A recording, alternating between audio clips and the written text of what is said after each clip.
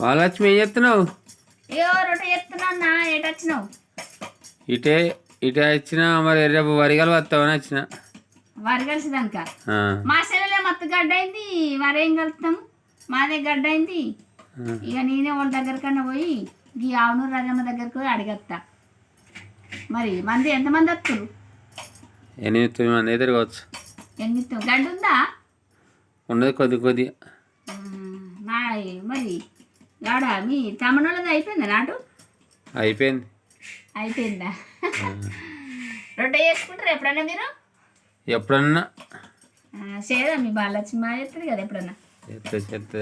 రొట్టె చెప్తున్నా, తింపో ఒక రొట్టె సరేనా?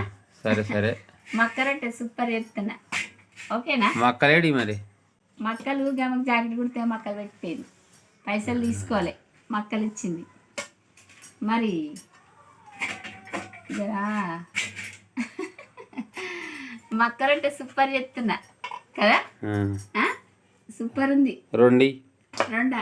అమ్మో, 1-2కి వచ్చిందా? మా పూరనికే 2 కావాలి, మా ఆయనకి 2 కావాలి, నాకు 2 కావాలి.